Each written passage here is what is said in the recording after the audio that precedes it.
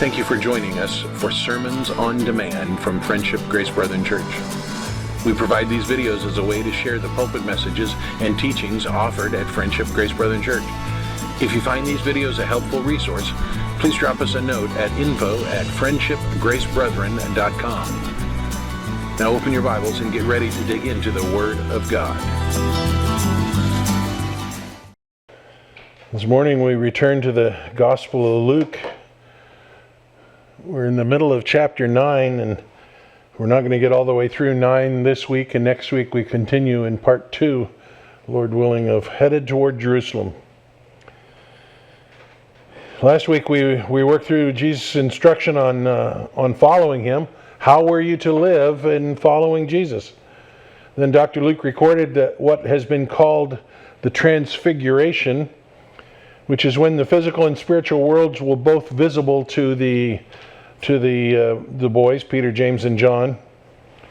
Peter, James, and John got to see Jesus in His divinity as well as in His humanity. I don't think this is as much a transfiguration as it is a revealing.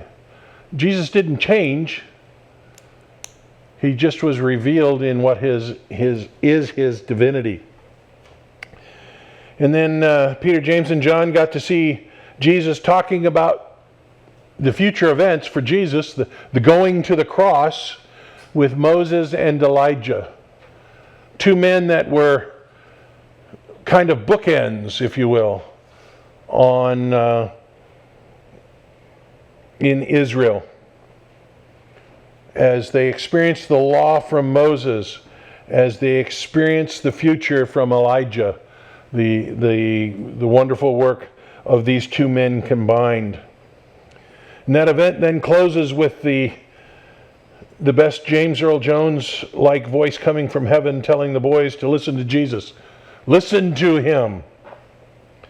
By the way, with the passing of James Earl Jones this week, some have said that we should expect that voice to come out of heaven now, because God took him to heaven to use His voice.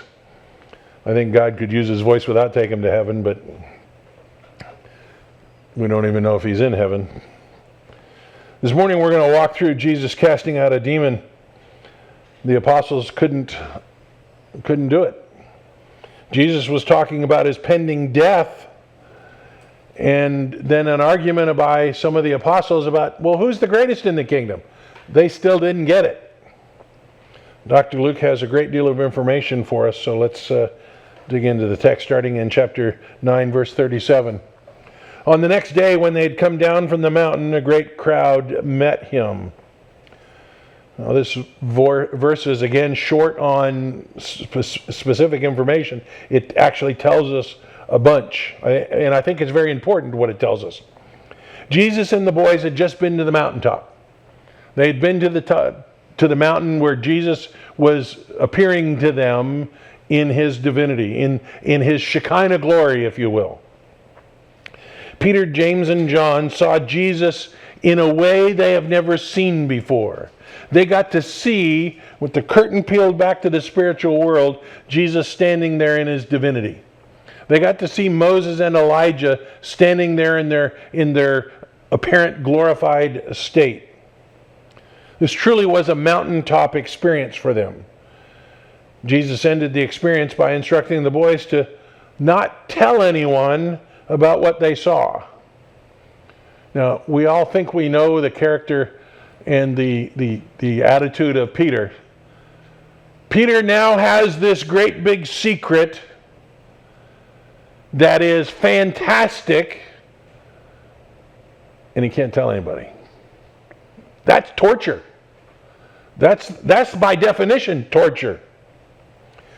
Then Dr. Luke tells us the next day they're off the mountain and a large crowd. They're back to reality. A large crowd is there.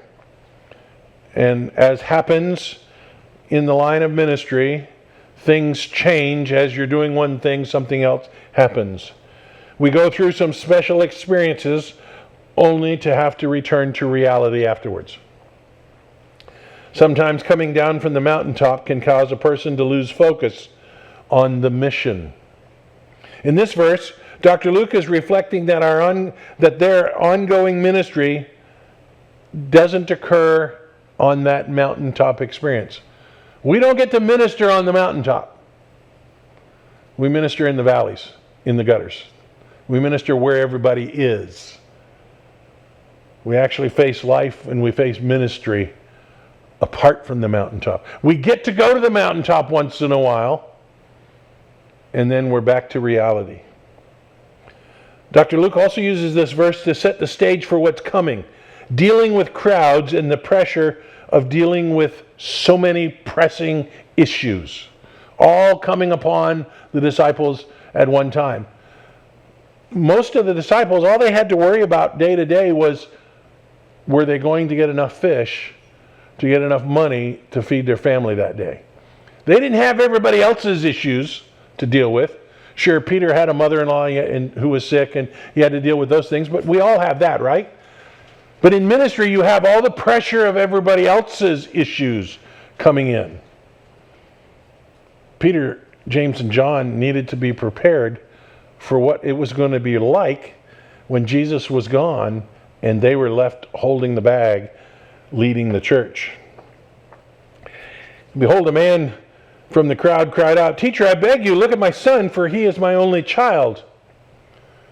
And behold, a spirit seizes him, and he suddenly cries out. It convulses him so that he foams at the mouth and shatters him and will hardly leave him." The father approaches Jesus, begging for Jesus to cast out a demon. The demon causes the boy to foam at the mouth and go into convulsions, and the father says the demon shatters the boy. Here's a case where you want to look at what those words really mean. You know, what does he mean by shatter? It seems kind of odd, right? When I had just got, the first time I read this week, I had just got done reviewing the lesson from Sunday school.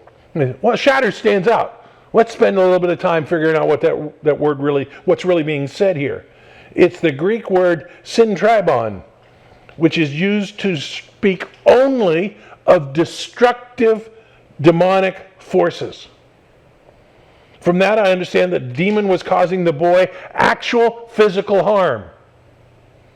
Imagine what it's like when you get thrown down to the ground and you're in a grand mal seizure and you're flopping around and hitting rocks and stuff. He was causing physical damage to the boy.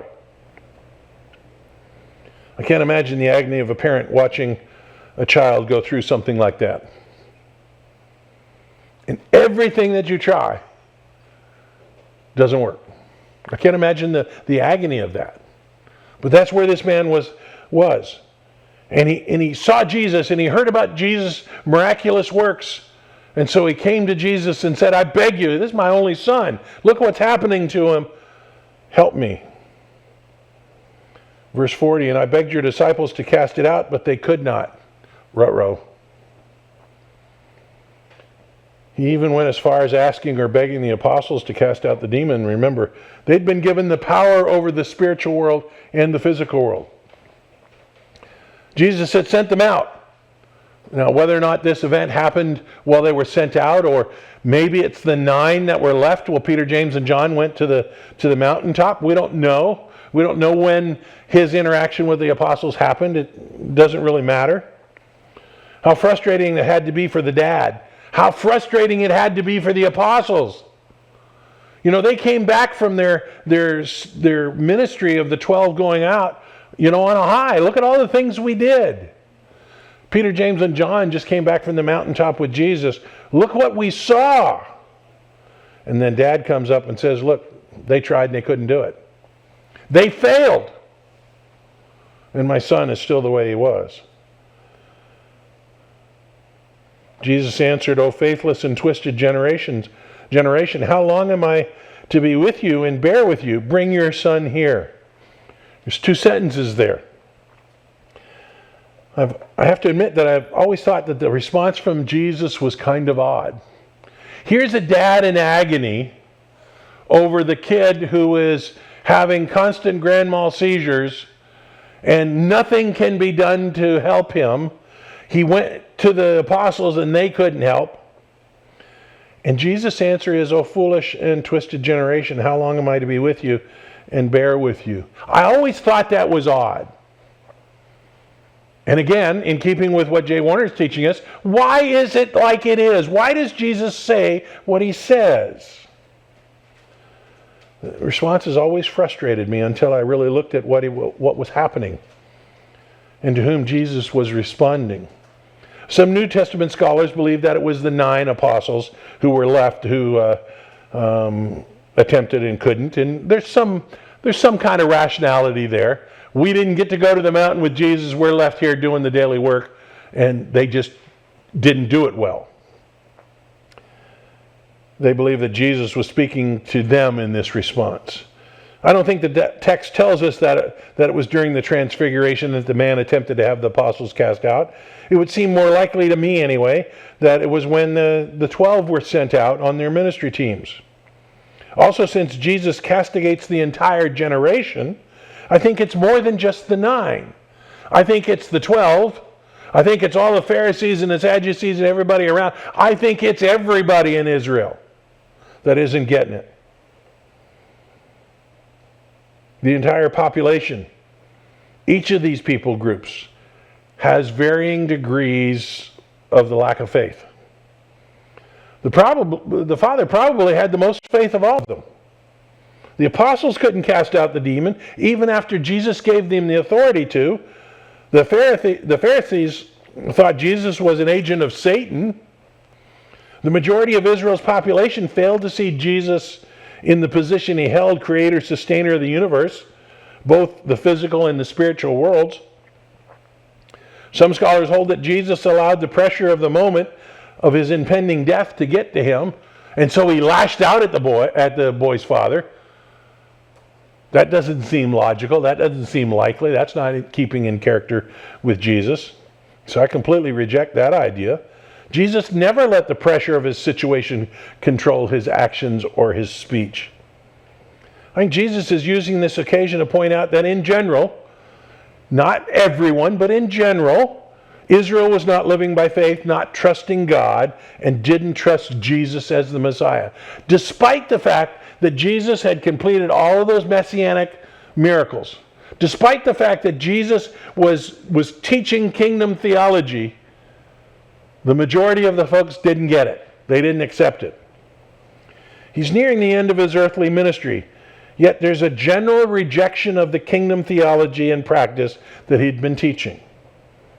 Perhaps the greatest failure was from the apostles, who couldn't even cast out the demon. They'd been given power to. They have done it before, but they didn't in this case. While he was coming, the demon threw him to the ground and convulsed him. But Jesus rebuked the unclean spirit and healed the boy and gave him back to his father. There's an awful lot of information there. Jesus told the dad to bring the boy to him, and as the dad was bringing the son, the demon threw the boy into convulsions, throwing him onto the ground. If you've never seen a person in a grand mal seizure, the imagery of this is not as real. If you've seen a person in a grand mal seizure and tried to aid them, this should scare the pants off of you. Because there is almost nothing short of giving a serious injection can you do to stop a grand mal when it's happening. All you can do is get something between their teeth so they don't hurt themselves and keep them from banging around and flopping like a chicken. It's scary, it's painful, and given the word shattered that we saw before, it was destructive to the boy. That's why Jesus rebuked the unclean spirit and healed the boy, because of the destruction caused by the seizures. Thrashing about on the ground and injuring the boy, the demon was really hurting him. And that's a frightening sight to see a full body grand mal seizure. I have to imagine that a demon-induced seizure is even worse. Jesus rebuked the demon and gave the boy back to his father after healing him. Rebuke is the Greek word epitemason. It's an interesting word. While rebuke is a good translation of the word, it doesn't really capture the full sense in English of the word. There's a sense of command with a threat. You get out of the boy or else kind of deal. We've previously seen the demons were not wanting to be cast into the abyss, eternal punishment right then. I suspect that this demon also was afraid of that. The cost of continuing to cause this boy such harm was going to be greater than leaving the boy. When I was a detective in the intelligence section, I worked for an old school lieutenant who had a sign over his door that read, "Crime will not decrease until becoming a criminal is significantly more dangerous than being a victim." Crime won't decrease until being a criminal is more dangerous than being a victim. That's exactly what Jesus was saying to this demon. You continue to do this, it's going to be way more dangerous than you're getting out of it. You're going to pay for this. That's what is contained in that word rebuke. He rebuked him with a threat. And I think the demon understood. Look what the crowd does. And all were astonished at the majesty of God. While they were all marveling at everything he was doing, Jesus said to his disciples, and again here we have some separation of verses it's not great for us. This verse is clear that the people who divided the text into verses and chapters didn't do it properly everywhere. This verse is clearly composed of the end of one paragraph and the beginning of another. So let's focus on the beginning of the verse. And all were astonished at the majesty of God. Jesus cast out the demon by threatening it, and as a result, the people were astonished. The Greek word for astonished is ekplasuntu. The word has a sense of being overwhelmed or beyond comprehension. They couldn't comprehend in totality of the majesty of God. This was more than they could rationalize. This was a miracle, and so they couldn't, in naturalistic terms, fit it into their brain. I don't know what I just saw, kind of deal. And there's a real juxtaposition in this passage. On one side, Jesus talked about the lack of faith of that the people of Israel demonstrated. On the other side, the amazement of God's power at the eviction of the demon. Both are true pictures of what's going on at the time in Israel, and I would argue here today. The refusal to trust God, but still amazed at the creative world, while not recognizing the Creator. Paul in Romans chapter 1 tells us that the unregenerate world refuses to see what's plain in front of them. The creative world screams for a creator. The complexity of our bodies requires somebody to design, but as Paul says, they refuse to see the truth that's right in front of them. In Mark's account of this incident, Jesus tells the disciples that the type of demon can only be cast out by prayer. I don't know why.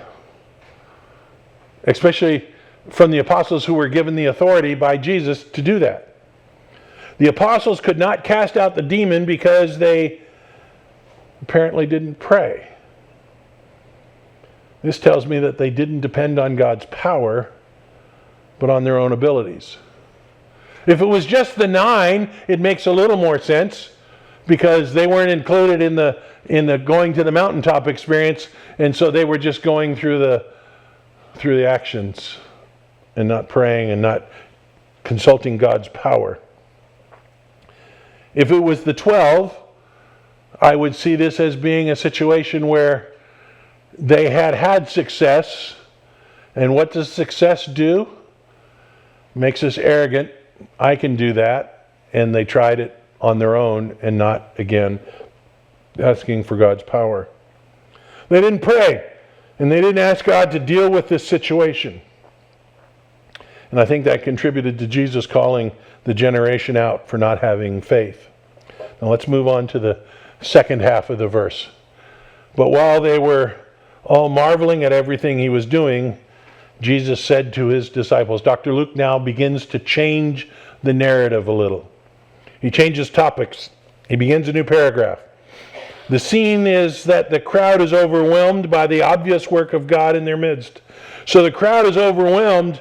Jesus turns to his apostles and begins to talk about what's going to happen. They're all over here going, and Jesus says, look guys, this is not where it's at. Something else is going to happen. And he says to them, let these words sink into your ears. The Son of Man is about to be delivered into the hands of men.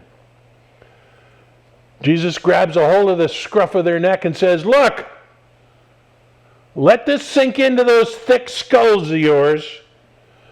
I'm about to be delivered into the hands of men. I'm about to die. So look at all that was going over here. Now pay attention to this. I'm about to die. I get what Jesus is doing. They had a hard time accepting what Jesus was about to do. I mean, let's try to rationalize it. Here he is. They see him as the Messiah. They see him as God. They saw him feed thousands of people from a Happy Meal. They saw him raise the dead. They saw him heal. They saw him cast out demons. He could do everything. What do you mean you're going to die? Those things seem like they're at opposite ends and are mutually exclusive. If I could do all of that, why would I die? That's what the apostles had to be thinking. How could he die? Look at verse 45. This verse is so important in our theological construct. But they didn't understand this saying, and it was concealed from them, so they might not perceive it. And they were afraid to ask him about this saying.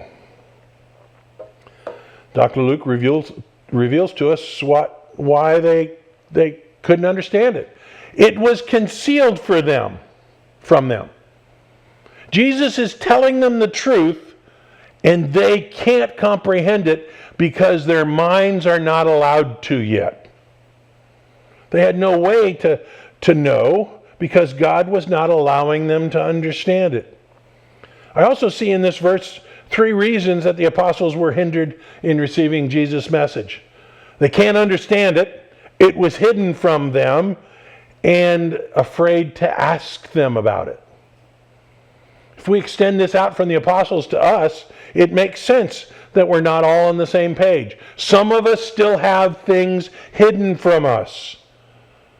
Some of us just can't understand it, and some of us are afraid to ask.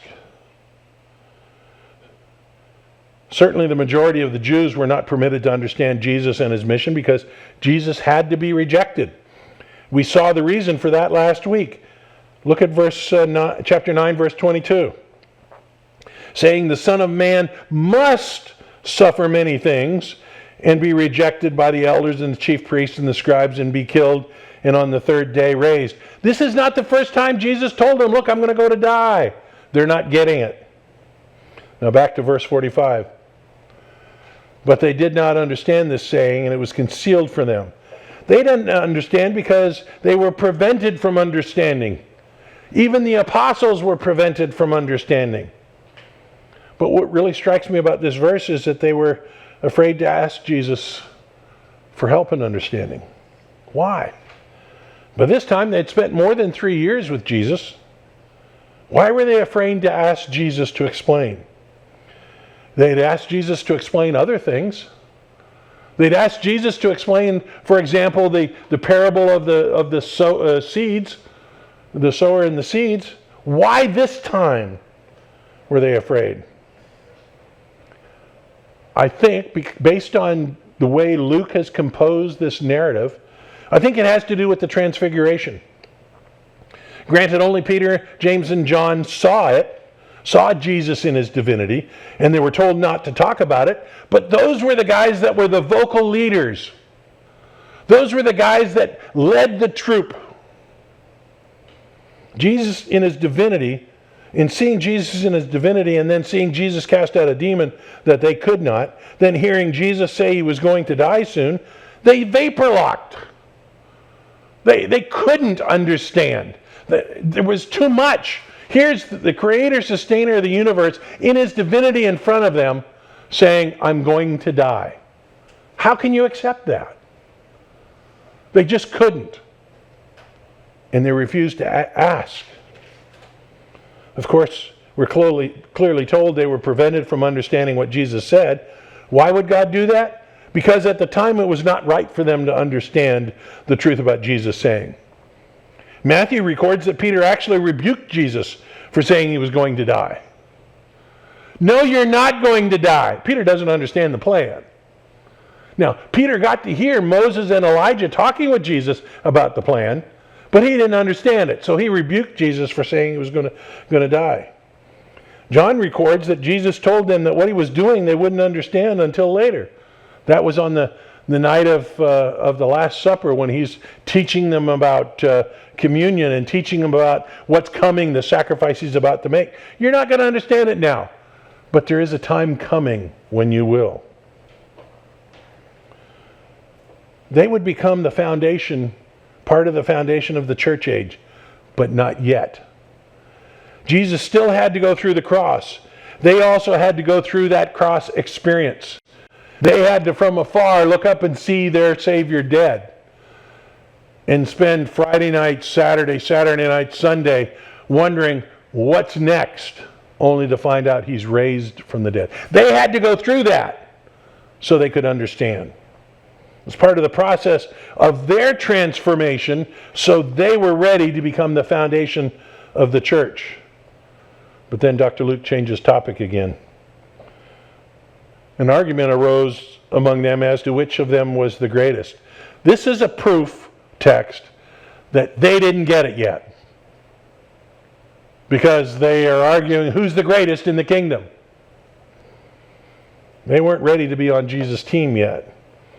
They were fighting about who was going to be the greatest in the kingdom. They still didn't understand kingdom theology. They were still operating the way they operated in Israel under their misguided understanding of the law.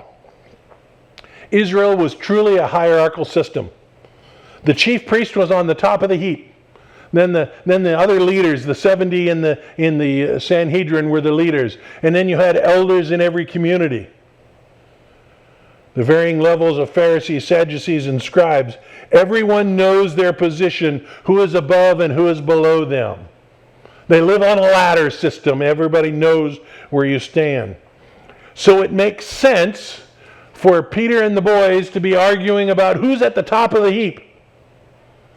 Who's going to be the number one guy for Jesus on the top of the heap?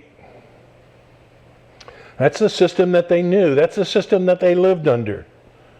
But in the coming kingdom, under kingdom theology, the system was going to be completely different. Look how Jesus answers them. But Jesus, knowing the reasoning of their hearts, took a child and put him by his side, and said to them, whoever receives this child in my name receives me, and whoever receives me receives him who sent me. For he who is least among you all is the one who is great. I love how Jesus uses practical illustrations. Jesus took one of the many kids running around and kind of sets him there so the apostles can see him. Focus on this little snot-nosed kid. Whoever receives this child in my name receives me, and whoever receives me receives who sent me. For he who is least among you all is the one who is great. Who's greatest in the kingdom? The least of you. It's not about who will be in charge, but in accepting a small child who could not do a small child couldn't do anything for these guys. Except maybe schlep a pail of water or something. He couldn't really do anything for them. But if they'll accept him, they show they'll accept Jesus. And by accepting Jesus, they accept the Father. I don't think this speaks of salvation. This is not a salvific expression of of accepting Jesus. I don't think that's what his intent here is at all. The context is that they rejected or didn't understand that Jesus had to die. So what's happening when Jesus at the top of the heap, in their group anyway, dies? He's no longer even in the heap. Jesus is telling them they need to get with the program that includes Jesus' death and resurrection, which is salvific. His death and resurrection is all about salvation. Then Jesus said, "For he who is least among you all is the one who is great." Diametrically opposed to the system Israel lived in and the system that we live in today. In Israel then and America today, you prove your value for those above you by being the best, doing the most. For example, the guy that gets the $200 million contract in the NFL is not the guy that can't catch the ball or can't throw the ball or can't tackle somebody. The guy that only warms the bench. He doesn't get the $200 million contract. The guy that gets a $200 million contract is the guy that can catch the ball with one hand 12 feet in the air. That's the guy. He does, by the way, he's not coming this year from the Gators or the Knolls. Just saying. You got to prove yourself if you want to move up. You've got to be really good at what you do to move up. Or you work in the government and then they promote you to your level of incompetence. Just saying. Remember, Jesus is exposing kingdom theology, not prevailing practice. I suspect the apostles thought about what Jesus was saying. They had to spend a little bit of time ruminating on what Jesus was saying. You mean to be the number one guy, I've got to be like the least guy? Still not really getting it. But then John speaks up. Master, we saw someone casting out demons in your name, and we tried to stop him because he doesn't follow with us. See, they're still in their group. They're still in their tribe. John still doesn't understand. I think he was looking for a way to endear himself to Jesus because he really didn't want to be least. I mean, who does, right? You know, if you're picking teams, you don't want to be the guy that's left. You want to be the guy picked first, not the picked last. So John says, well, boss, this guy came out casting out demons in your name, but he's not part of our group, so we disqualified him. He's not allowed to do that. The first question I have is, who does John mean when he says us? Does he mean the 12? Does he mean the 13 with Jesus? Who's he saying us? Here's what I think. I think he means only apostles. Remember that they just had to witness Jesus cast out a demon from a boy that they had previously tried to cast the demon out of. They failed. Then Jesus told them that their system of importance is upside down.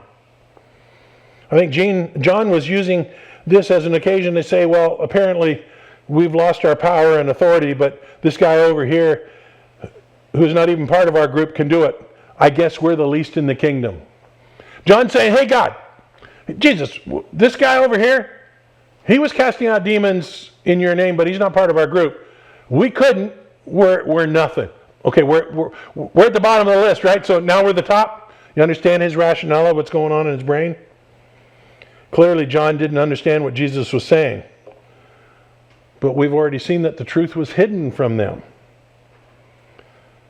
Jesus said to him, do not stop, for the one who is not against you is for you. Jesus responds to John's assertion by telling him to don't stop him. If he's not against you, he's for you. Now, there's also other problems with that, but in this context it works. Jesus had just told him, again, that he was going to die soon. There was going to be many people against them. Don't force out those who are going in the same direction.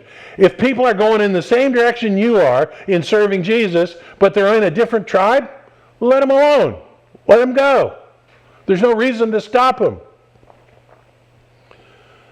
But there's another part of Jesus' response to John. Remember the immediate context, thinking about yourself as higher than you ought. I think John and the boys understood Jesus to tell them not to think they held exclusive authority and position in the kingdom. Sure, they were going to be part of the foundation, but they weren't everything in the kingdom.